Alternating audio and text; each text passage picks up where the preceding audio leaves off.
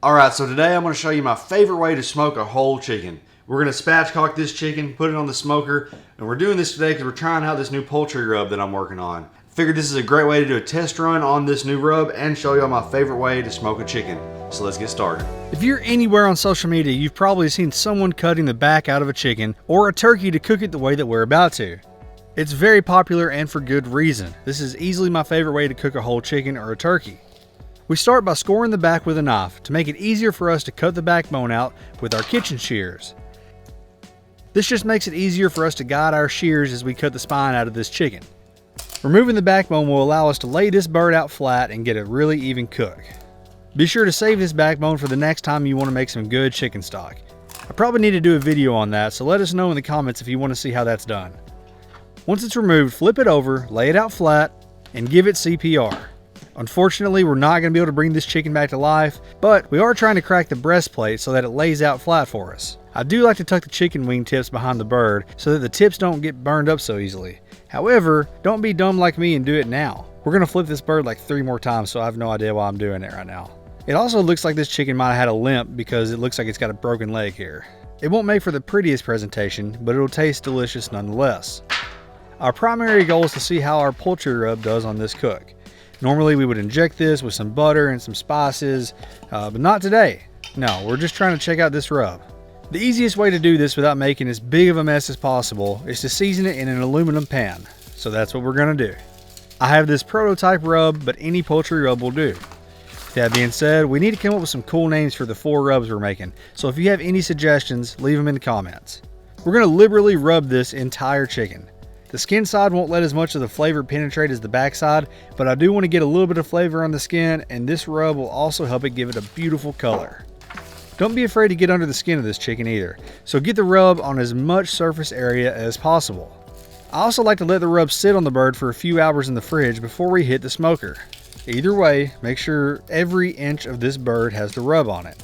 And now we'll head out to the smoker. We have our Traeger Ironwood 885 set to 350 degrees. We're going to place it skin side up in the middle of the smoker and insert a probe. Please be smarter than me and do not leave your probe inside the cooker while it heats up, as that makes it really difficult to hold on to whenever you're trying to insert it into the middle of the breast. Now with any longer cook like this, I don't want you cooking it to time. Each cook will take a different amount of time to finish, so we want to make sure we're cooking to temperature. We're looking to hit 165 degrees internal in the breast here, and it probably took us about an hour and a half to get there on this particular cook.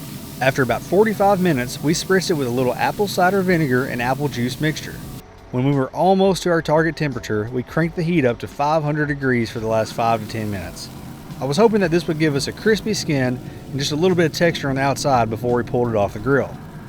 To remove it, I used 2 sets of tongs and placed it on a cutting board. We are now going to let this bird rest for about 30 minutes before we slice into it. We want to redistribute those juices and keep this thing as moist as possible. And this thing looks awesome. You can see how we got a little bit of crisp on the skin there at the end, and now we're going to separate it into different pieces before slicing it. My favorite part is the leg quarters, which make up the thigh and the leg. And you can see just how juicy these were. I'll separate both of these from the chicken before pulling the wings off. Now that we are down to the breast, I'm going to slice this right next to the breastplate and follow it down to remove the breast and the tenderloin. Again, you can see just how juicy these breasts were.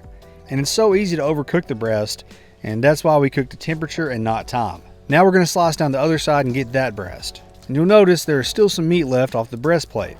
By all means, try and pick that off. We don't want to waste anything here, and that's some of the best meat on this chicken. Now you can see we've got everything laid out.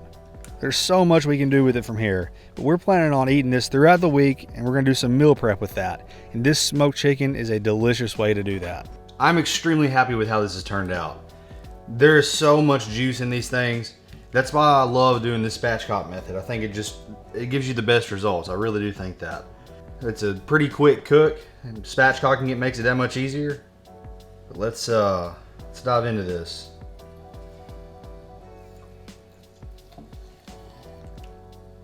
Oh yeah. That is just so juicy.